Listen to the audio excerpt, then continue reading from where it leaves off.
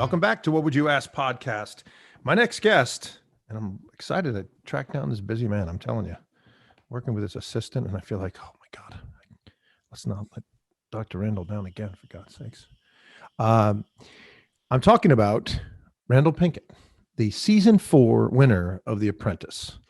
And this guy has really established himself. I mean, when you talk about getting an opportunity and then turning it into something fantastic. I mean, an entrepreneur, he's a speaker, he's an author, he's a scholar, he's a president and CEO of BCT Partners, which is a multi-million-dollar management technology policy consulting services firm. I mean, a lot of things in that, right? And he works with corporations and government agencies, nonprofit organizations, improving their organizational effectiveness and support strategies for change. And we are certainly in an environment where change is needed, and we don't want to overtilt, but we certainly want to make sure that we make the necessary changes to be a better society. And I think my friend here is doing a lot of that. So he was, as I mentioned, the winner of season 4 on the NBC hit show, The Apprentice. Dr. Randal Pinkett, welcome to What Would You Ask podcast. Hey, Nick, thank you for having me on the program, on the podcast. I'm looking forward to the conversation. Yeah, so take us through the journey. How did you find out about The Apprentice? I know we're in season 4 now, so there was previous 3 seasons. Did you watch those? Take us through how you started your journey with The Apprentice. Yes, so I had heard about The Apprentice. It was such a runaway hit from season 1 and was a big fan of Kwame Jackson. And there was a lot of talk amongst business professionals because it was so innovative and different from the reality TV genre of its era. And my then wife was also a big fan of the show. And we had just gotten married in June of 2004. She moved in to our place in New Jersey in the September, October timeframe of 2004. And she was watching the show while I was upstairs working. And out of the blue, she said, "Have you ever thought about applying for The Apprentice?" And I said, "No, I've never thought about reality TV," because my impression was that reality TV was looking for characters, people who were more controversial. I was a regular guy by that standard. Went to school, worked hard, got good grades, started the business, and was just beginning my full-time entrepreneurial career. She would not let the idea go. She went and found the application. She printed it out. She made me fill it out. She made me send it in. And I remember saying, this is a complete waste of time. They are not looking for somebody like me. And subsequent to that, and we can talk about it if we want to go there, I got a call from producers saying, "We got your application." Because at the time, there were 2 ways to get on the show. It was either a casting call or send in an audition video. I missed the casting call from my area, which was New York. So I sent in the video.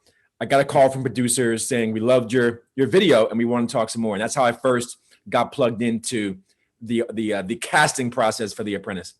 That's amazing. That's an amazing story. And you were doing this all reluctantly, which I find out to be really interesting as you go through. So when you find out as you're going through the process that, you know what, I'm interested in it, you're committed to it. I can tell you're the kind of guy that when we set a goal, we're doing nothing but focusing on that goal and driving to the end. This is a pretty, this isn't one interview and you're done, you're on the show. You got to go out to LA, and at least the experience of others have told me, it's a pretty big ordeal. When did you decide, you know what, I'm going to give this thing a shot and go after it? So I maintained my position that there's no way they're selecting me throughout the process. So I went through the on-camera interview. I went through the background check, the 30-page application. I got shortlisted to fly to Los Angeles. There were 50 of us at a hotel for a week. The first half of the week, this battery of tests, physical exam, psychological exam, personality test, deviant behavior test. And we would all eat in the hotel restaurant, but we couldn't sit with each other. So you could see people that you kind of thought were other contestants.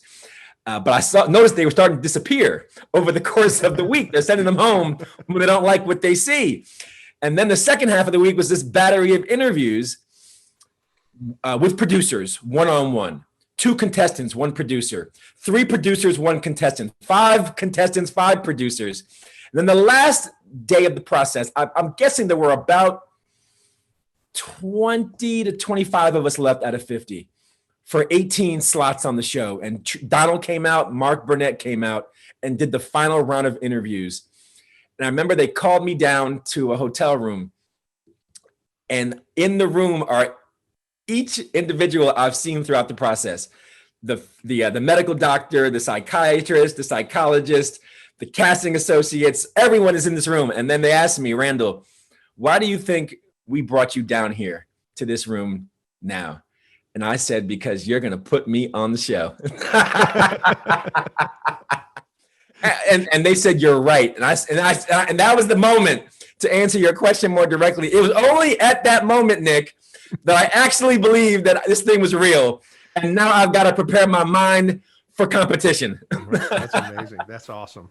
That's awesome. So what is that? Give us the timeline there. So that happens. That's a pretty cool moment in that hotel room. Are you 3 weeks away? Are you 3 months away from heading back to New York? And you're a tri-state guy. Are you going back to New York City when does that filming begin? Yeah. So I had 2 weeks from the day to shut down whatever my professional life entailed, sign a document, a non-disclosure that says I can't tell anyone where I'm going. And when I get back, I can't tell them where I've been. And which sounds like witness protection. That's right. That's right. And they're like, you got to be in New York, Manhattan for roughly a week of orientation, which was cast photos, pre-interviews, filming the opening segment of the show, rules and regulations for when we begin filming, etc. So I had 2 weeks, and I could disclose where I was going if people that I disclosed it to also signed the NDA, which had a penalty of $1 million for disclosure. So my then wife signed it, my executive team signed it, people in my very close inner circle, but everyone beyond that, it might've been only 5 or 6 people. Everybody beyond that was like, where are you going? I was like, I can't tell you. When are you going to be back? I can't tell you. When you come back, where did you go? I can't tell you. So 2 weeks to report. And then it was roughly 6 weeks of filming, 14 tasks. And then a week at the end of that of debriefing, what do you do now that we're done taping, rules and regulations, do's and don'ts. And then we went off knowing that, and we'll get into this, I'm sure, we filmed everything but the finale. So the only thing remaining was we knew who the final 2 were. The question was, who's the winner?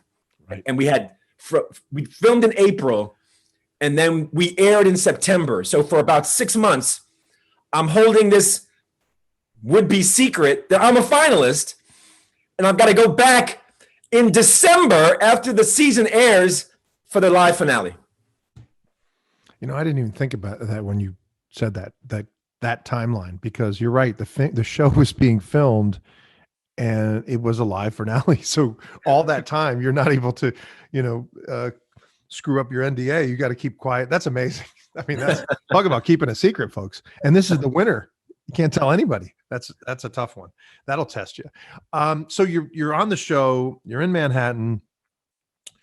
When you start, when's the first time that you start to see your fellow contestants? I mean, folks, let's not, Randal talks about not being able to talk to each other. This has to be treated like a game show, just like Survivor and some of these other shows, because you got to go by the rules and regulations. That's why they had this whole orientation, is because there's certain things you can't do and can't. We're talking to the people from the golf show, The Big Break, right? They have to sign things before they take a shot on the thing. I mean, it's amazing because it all has to be on the up and up. And so, but tell us about, you get in, when's the first time you meet your contestants? George, Carolyn, I know Bill was part of your season 2.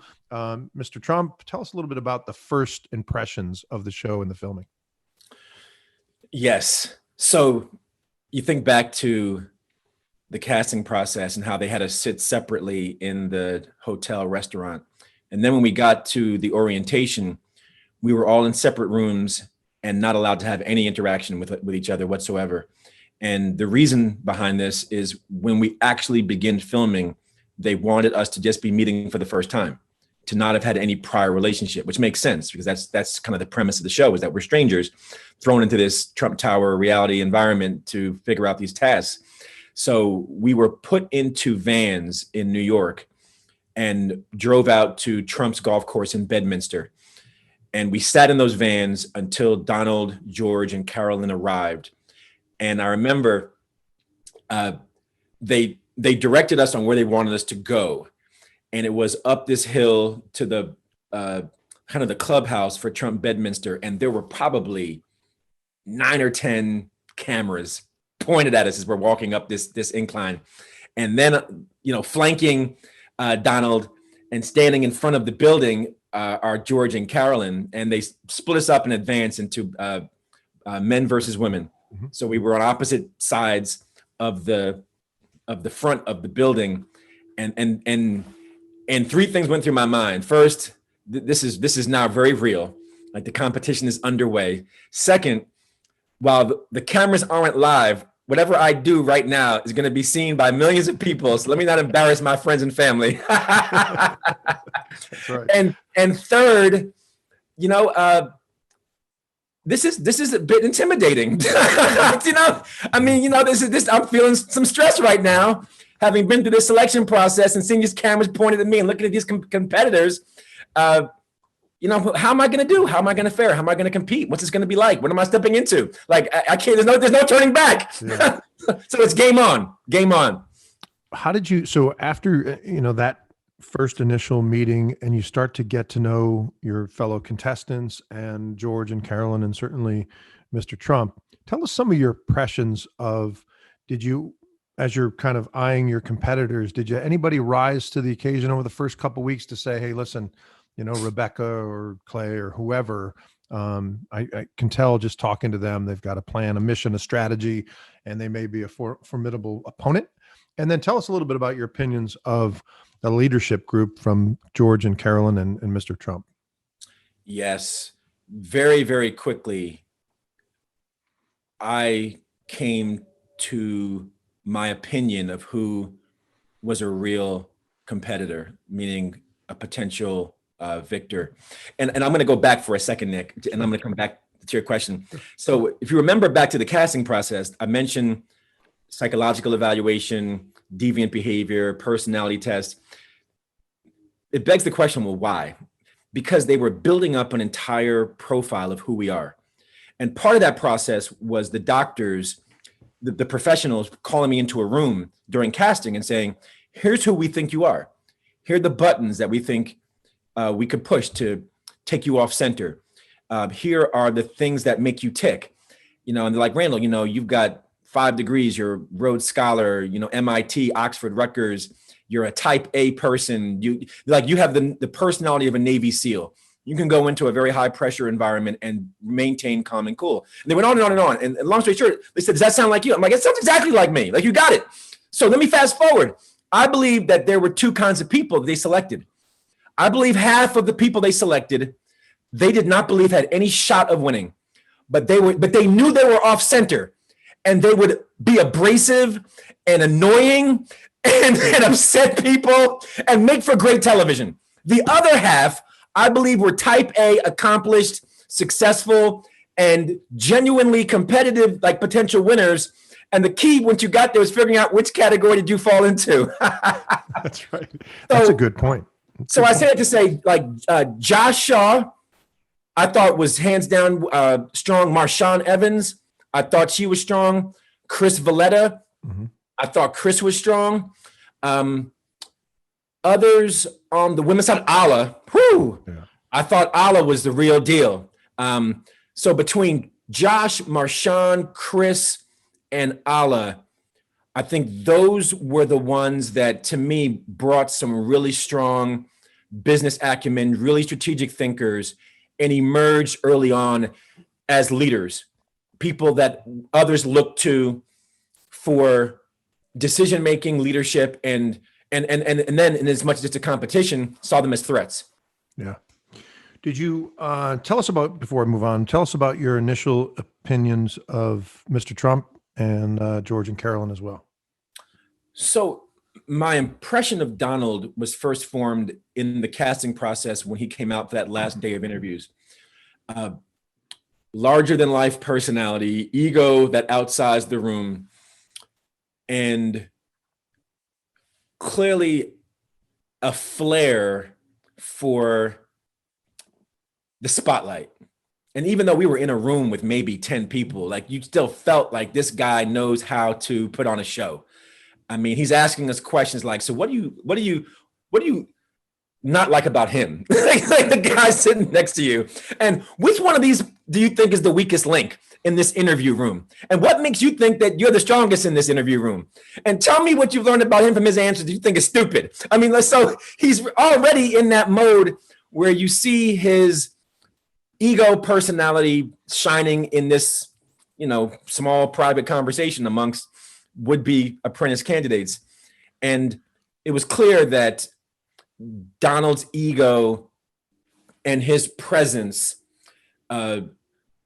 was something that his ego was something he wore on his sleeve. Like he led with his ego and how smart, how accomplished, how successful, how big his buildings. I mean, like why do you want to work for me and be a part of the great Trump organization? George and Carolyn, a stark contrast to Donald.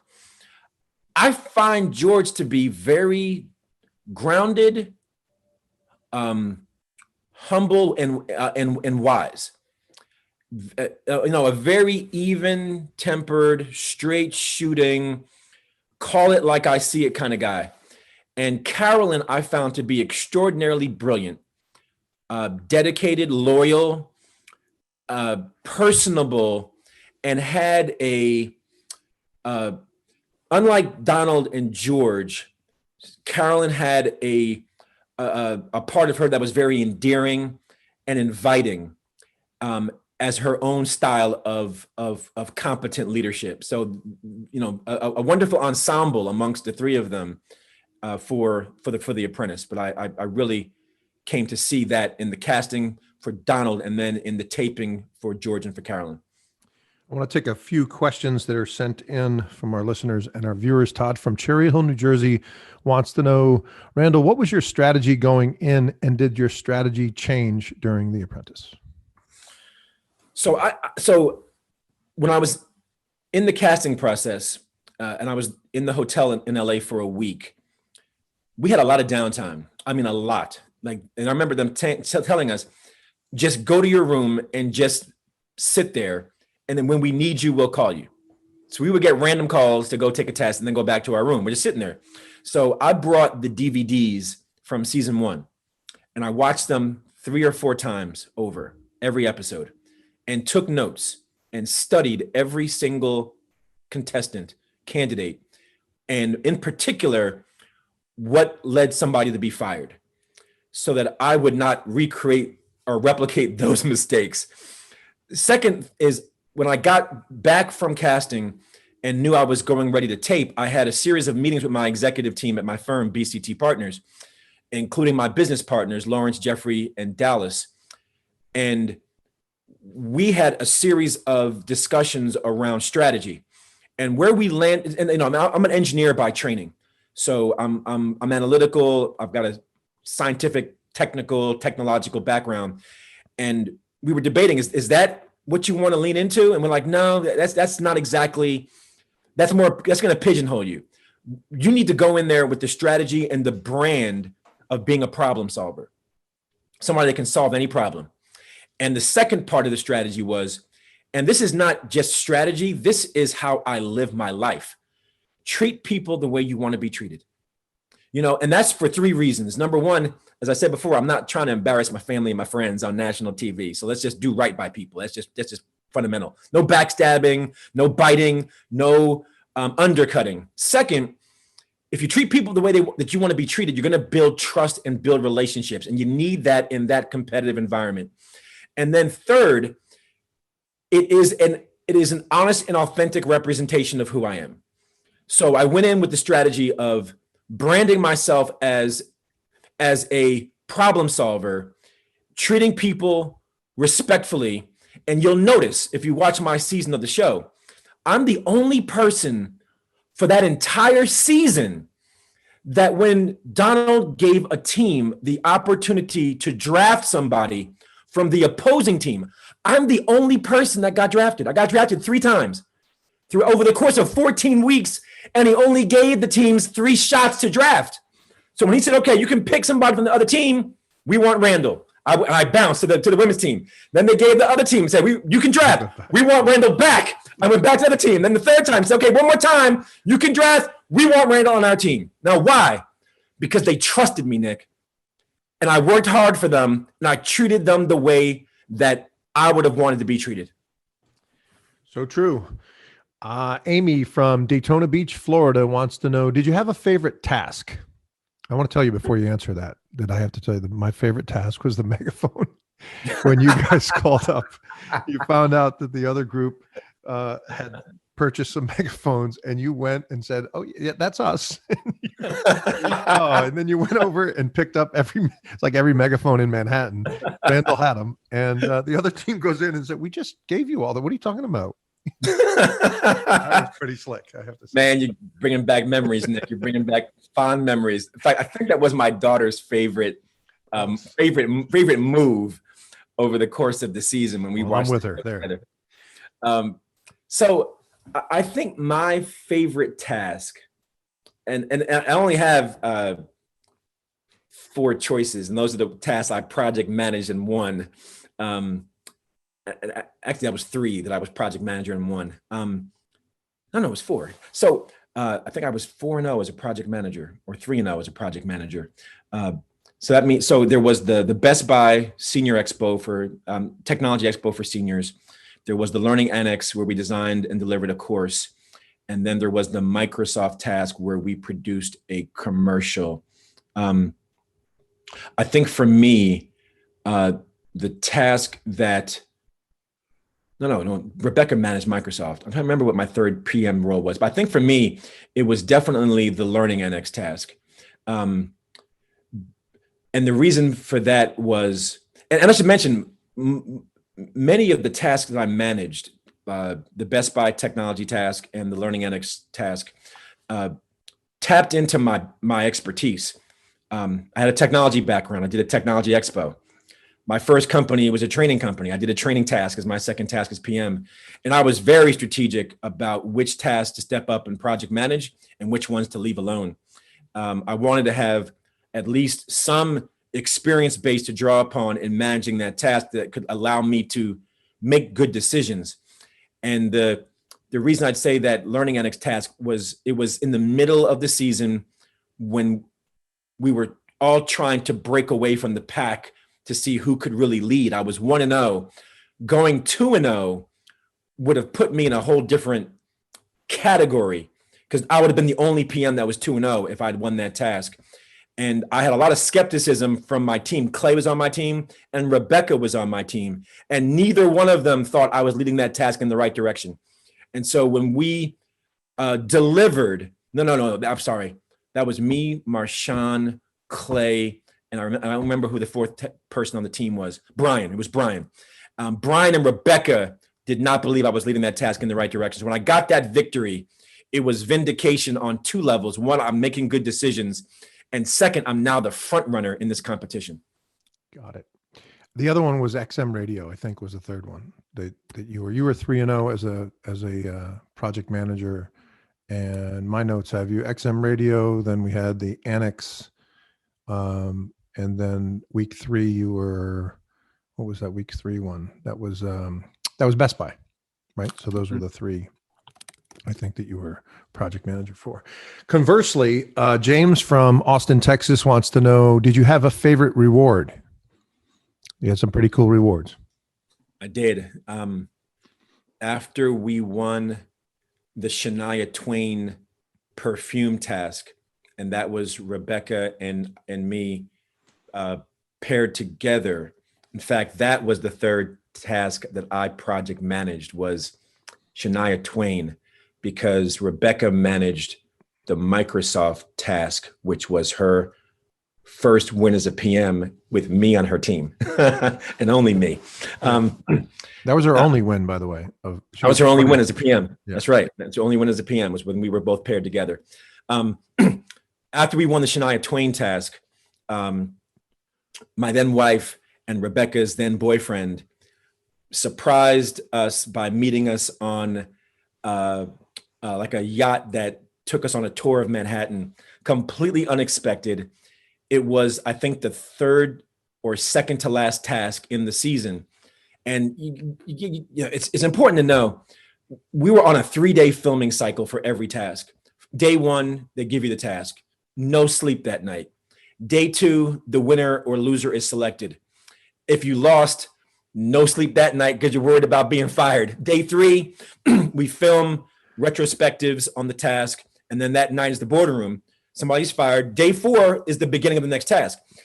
I was exhausted by the latter stages. If you watch the show, you can see it in my face. Like, I look tired. Like, my face is gaunt. I look haggard, and I'm running off of fumes. So at that point, I was tired. I had not seen anyone that I knew or loved or cared about in 5 weeks. I wasn't getting sleep. I wasn't eating right. And so when I saw my then wife show up on that boat, it was elation. It was unexpected. It was a familiar face, a loving person, somebody I could just kind of, remind myself and get that last, second, third, or maybe fourth wind to finish out the last few tasks. So hands down, that was my favorite reward. Unexpected, personal, supportive, encouraging, and gave me that final boost to finish out the taping. So when you look, so you get to the finals against Rebecca, and you guys both have some challenges, right? You had the outdoor event that you have to pull indoor, and it was a challenge. Give us your memories of that one-on-one battle to be the next Apprentice. Yeah. Arguably, Rebecca and I were the sentimental favorites. Rebecca broke her ankle maybe week 2, week 3, and was on crutches for the remainder of the season. I lost my grandmother in week 1. Like, as we were in the middle of the first task, I got a call that my grandmother had passed away in the assisted living facility where she was with my grandfather. Donald very graciously, and I thank him to this day, gave me his helicopter to fly to my grandmother's funeral services and then come back in the midst of task 2. And so I had my own emotional challenges throughout the taping process. And I'll get very, very personal. Before I left to do the taping, and I'm going to make a bit of a long story short, there was a voice that kept telling me, go see your grandmother, go see your grandmother. And I ignored it, and I ignored it, and I ignored it. And then circumstances in my life transpired that prompted me to say, I'm going to go see her. I remember visiting my grandmother, but this was 2005, Nick. So cameras on cell phones were relatively novel. So I remember taking a picture with my grandmother, and she marveled at how a camera could take a picture. And then I left for the filming, and then days later, she passed away. And I remember talking to my grandfather, saying to him, I'm coming home. Meaning, I'm not going to stay here and tape this show. I'm going to leave. And I remember him saying 2 things. He said, you know what? But first of all, you got to see her during her last days. So you can cherish that time and that moment you spent with your grandmother. But second, and this was the kicker. I'm getting emotional thinking about it right now. He said, she would have wanted you to stay. He said, so you stay, and whatever you do, let that be a tribute to her. And had it not been that I went to visit her and listen to that inner voice, had it not been for the wisdom of my grandfather and his encouraging words, we wouldn't be having this conversation, Nick, because I would have left the show. And lo and behold, I ended up winning. And in many ways, I still feel and believe that it was the spirit of my grandmother and the resolve to honor her memory as I remained on the set while my family was grieving that gives me a measure of solace to this day. That's awesome. That's a great story. And man, did you turn that into a tribute, right? You won the whole darn thing. That's an excellent story. So when you look back on that finale, Tell us what you're thinking about. Are you interacting at all? Give us the perspective. We see this edited version. Tell us a little bit about the length of time we're talking about. We don't get to see all of that stuff. Tell us a little bit about it. Yeah. So again, if you think back to the timeline, we filmed in April, every episode but the finale. We aired in September, and now there's 13 weeks or thereabouts that we're watching the show in its edited form as a attempt to summarize what we lived months and months earlier. So naturally, all of the cast members, we're talking on email, we're talking on the phone about each episode and what was omitted, what was included. And rest assured, one thing, if you were fired in a given week, it was not a good week for you in terms of how you got edited. Right. That's so true. You know, you don't go out in the blaze of glory, you go out in quite the antithesis. So I'm glad I won, because it leaves a bad taste in folks' mouths when their last episode is the episode where they look the worst. That's true. So we're talking to each other, and then we know who the final two are. We know it's me and Rebecca. We can't say a word about it. We're mum's the word. America watches it get down to the final two. And now we're starting to hear these rumors amongst the cast and the crew that Donald is thinking about hiring both of us. So it's just all this conversation going amongst cast members. What do you think about the idea? Whose side are you on? Who do you think should be the winner? If Donald polls us at the finale, who are you going to stand for? And we had a dinner maybe a week or two before the finale, a subset of us that were in the greater New York area, which is maybe about 6 or 7 of us. And I'll tell you, it was a heated conversation. And I learned a lot about other cast members who started to take sides against me or for me for reasons at times that I thought had merit, and reasons at times I'm like, I don't understand why you would draw that conclusion, and how you could arrive at that position, or why you seem to be so adamant in your stance. And so there's all this jockeying going on leading up to the finale. And as a result of that, Nick, I called my executive team at BCT Partners back. I said, we're going to do a series of mock boardrooms for the finale. And we're going to lay out every scenario. He tries to hire us both. He hires me and then tries to hire her. He hires me outright. He hires her outright. So let's go through each scenario. Wow. And let's prepare for how you will respond, Randal, in each of those situations. How will you argue your point? How will you make your case? And how can you come 100% prepared for whatever scenario may pan out, given all the rumors flying around the cast and in the press as well? Wow. I mean, yeah, it was intense. So you are awarded. I can see Donald right now saying that you are the winner. And then he says just what you said, which is, what do you think about that? Take us through that in a live sense. What do you're prepared for it, which I did not know, and which I should have guessed coming from you with organizational skills. You were going to prepare for that. But your reaction is as candid and as authentic as who you are, right? You could have took the easy road and said, hey, Mr. Trump, it's an exciting moment for you. You know, whatever, you're the boss, do whatever you think is necessary. Instead, you say, remind everybody how you responded to that. Yes. So live finale, Lincoln Center, no script, no idea what direction Donald's going to go. We get down to the final minutes. Rebecca and I are both making our case vociferously. Donald says, Randal, you're hired. The music plays, the lights come up. I'm high-fiving the cast. I'm pointing to my family and friends in the audience. I'm looking at the camera with my good suit, Nick, my good suit. And Donald says, Randal, I got it. And he's banging the table. I got a question for you. He asked me 2 questions. Question number 1, what did you think of Rebecca? My response, Rebecca was fantastic. Done an outstanding job. Lots of supporters for her. Can't say enough positive things about Rebecca. Second question, should I hire her too? Now, a little bit of background here, Nick.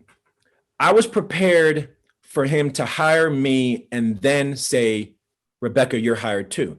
I was prepared for him to say, you're both hired. I was not prepared for him to say, you're hired, Do you think I should hire her too? Hey, let me ask you, is that unfair? Like, why is that's not unfair for him to ask that on live television to you, to put you on the spot like that? Well, Nick, let me say three things. First of all, it was insulting.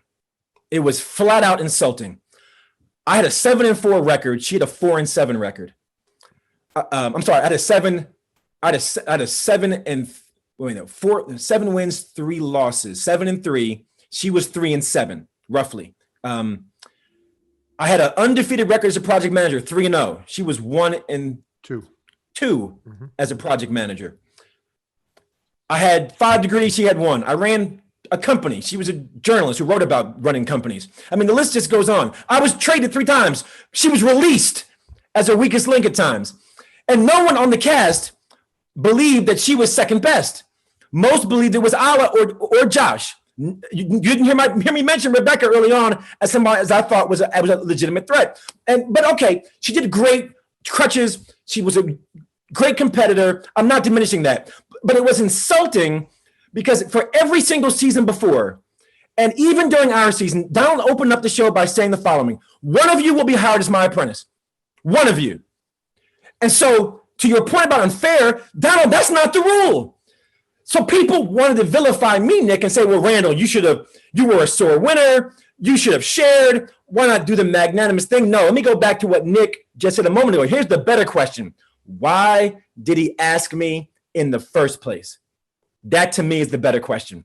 And my answer to that is I believe it was only a harbinger of what many, including me, would later see in Donald's orientation toward, treatment toward, attitude toward, behavior toward people of color, African Americans. Donald did not, in my opinion, this is my opinion, I believe Donald did not want to see me win, but because my performance was that solid, he couldn't not hire me. So what's the second best thing? Discredit him. In his mind, I actually think he thought Rebecca was my equal in some twisted, surreal, reality mind of Donald Trump, fake news. But anyone who watched that show with any objectivity, it was not a tie. And it was insulting. And my message that night, and I told this to my daughter when we watched the show together, and she's 13. And this is exactly why I did what I did before she was born. Here's the message, my daughter. Here's my message, young people. Here's my message, viewers. When you have earned the victory, do not be afraid to claim the victory. And I earned it, so I claimed it. I think that's spot on. I'm shocked, to see that live. If Mr. Trump awarded you or hired you, I should say, as the apprentice for season 4, and later decided to hire Rebecca, there would be no problem with that. That's, what I mean? You see quality people. The hardest thing to do in business, as I'm sure you know, is to, attract and retain top talent, right? That's one of the biggest challenges in anyone's business. And if you see that in someone, and Rebecca did have some skills and some attributes that were certainly can be beneficial to a business, you say, hey, you know what? 3 months down the road, Rebecca, you were the runner-up, but I'd like to hire an organization. That happens all the time, and even these shows. So that makes sense. I didn't know what his thoughts were behind doing that live. It takes away from, one, the fact that you kicked butt the whole time you're on the show and earned the job. And that's what it is. They call it a job interview. And so you were the one to be hired. And you're right. I was remiss not even to mention that he does start every single things by saying one of you, right? It's always one. It's always singular. It's not, maybe we'll take a couple. Tell us a little bit about, you go on now, the winner has rewards, so to speak, and you go on to work within the Trump organization. Did you see that type of experience? I thought Donald was a fan of yours. I have to tell you this, and I'm not just playing devil's advocate here, but he was saying, hey, Randal's pretty good. I look back at some of the board sessions. He was high on you, I thought, during that whole time, right? He was always saying he's done it again. He's doing it again. He's kicking butt, so that doesn't match up to this guy at the end. But tell us a little bit about the journey continues now post Apprentice. Did you see that behavior post Apprentice? Yeah. So another contextual note, especially for your podcast listeners, there were 7 seasons of The Apprentice. I was season 4. So there were 3 winners before me and 3 winners after me. All of them were white, and none of them were asked to share the title. I'm the only person of color to win The Apprentice, and I'm the only person to ever be asked to share the title. And I make no apologies whatsoever about the decision I made. And I'm quite proud of it in retrospect. And I'm glad that I did not choose what might have been more popular over what was more principled from where I sit. To your point.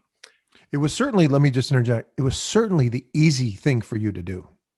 The easy thing was to say, of course, be happy to share the seat with her. That would have been easy. That's right. Then you would have been this, what a gracious winner and but that's not really what we don't need, participation trophies here. This is a job interview, right? So that's real. And there were many who celebrated the decision and would have criticized me to this day had I not stood on principle. So, life is not about, there's a great quote that says, I don't know the key to success, but the key to failure is trying to please everybody.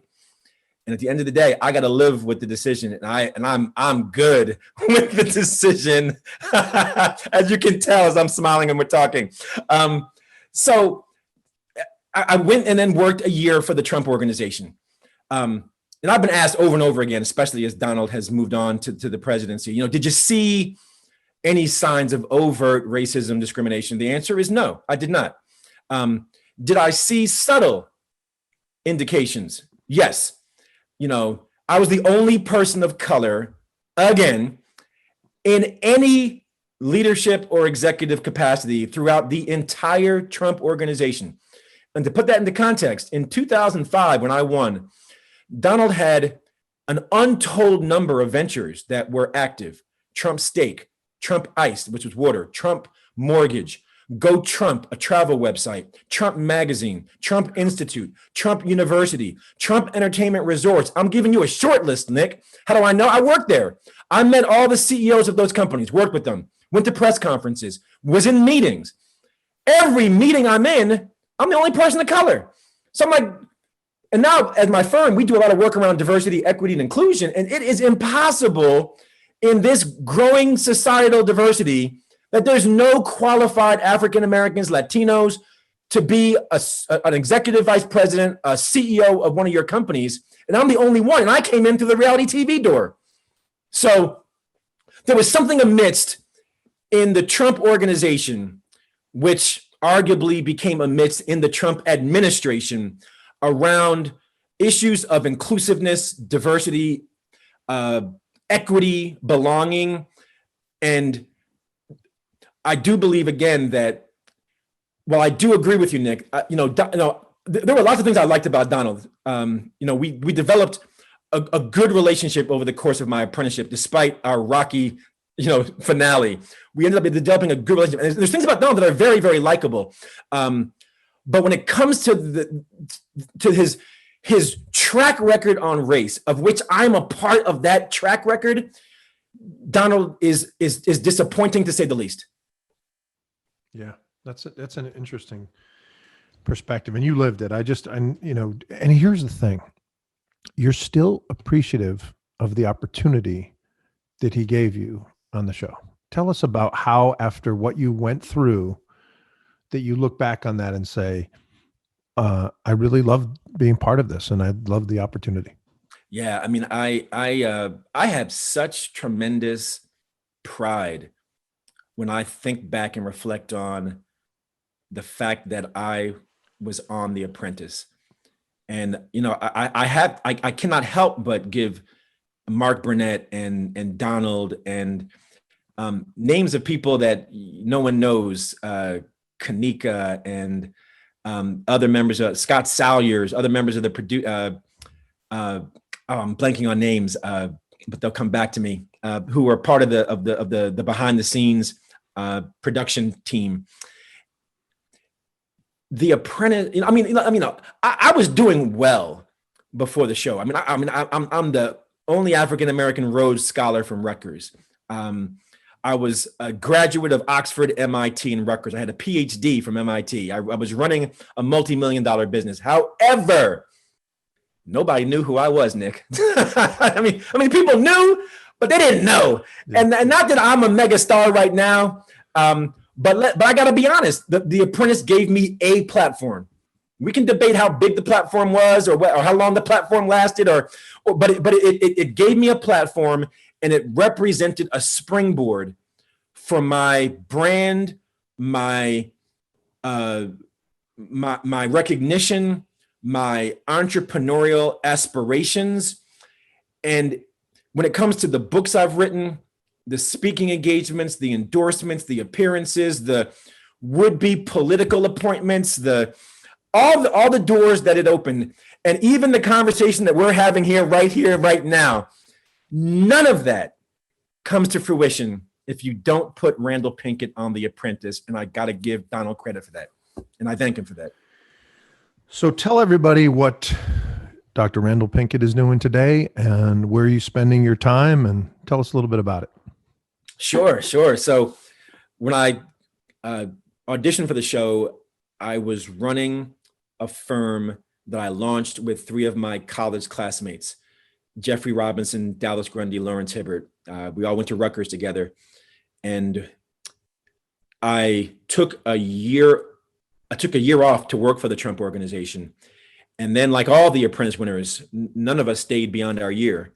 I came back to BCT to rejoin the company and regroup and re-engage on the vision that we established when we were 19 and 20, that we wanted to be successful entrepreneurs, who started in college. And now, 27 years later from when we first started our first venture, the four of us are still in business. BCT, the firm I was running when I auditioned, is still around through the 2008 economic downturn, 2 government shutdowns, a pandemic, and the like. And not only are we still together, but we still get along. We're still friends. And we've grown BCT into a company whose mission is to provide insights about diverse people that lead to equity. Equity is our focus. And that's a conversation that has been amplified in the wake of George Floyd and all of what's happened in our society. And so BCT has been recognized by Forbes as one of America's best management consulting firms. We've been recognized by Manage HR as a top 10 firm for diversity and inclusion. And we're part of the Black Enterprise BE 100 as one of the largest Black-owned businesses in America. We are 20 years in. This is our 20th anniversary, founded in 2000.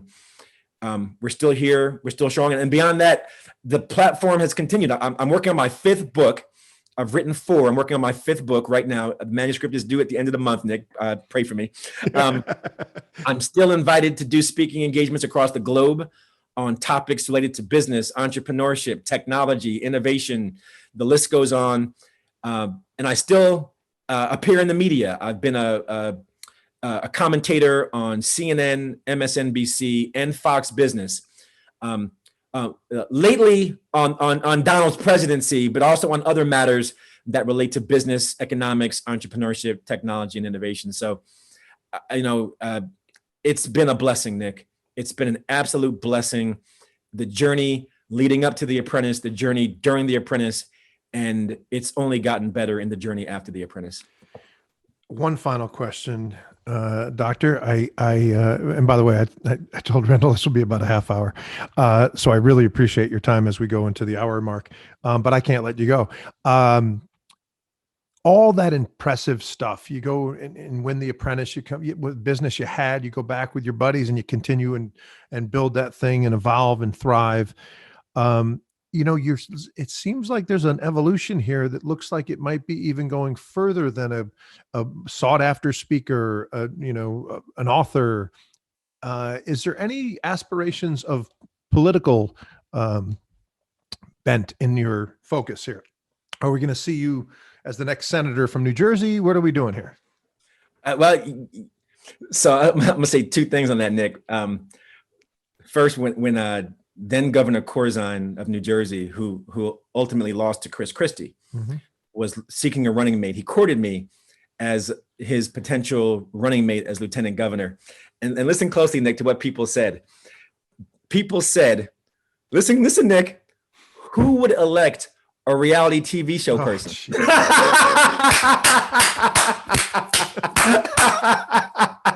You gotta love it, Nick. Not MIT, not Oxford, not yeah.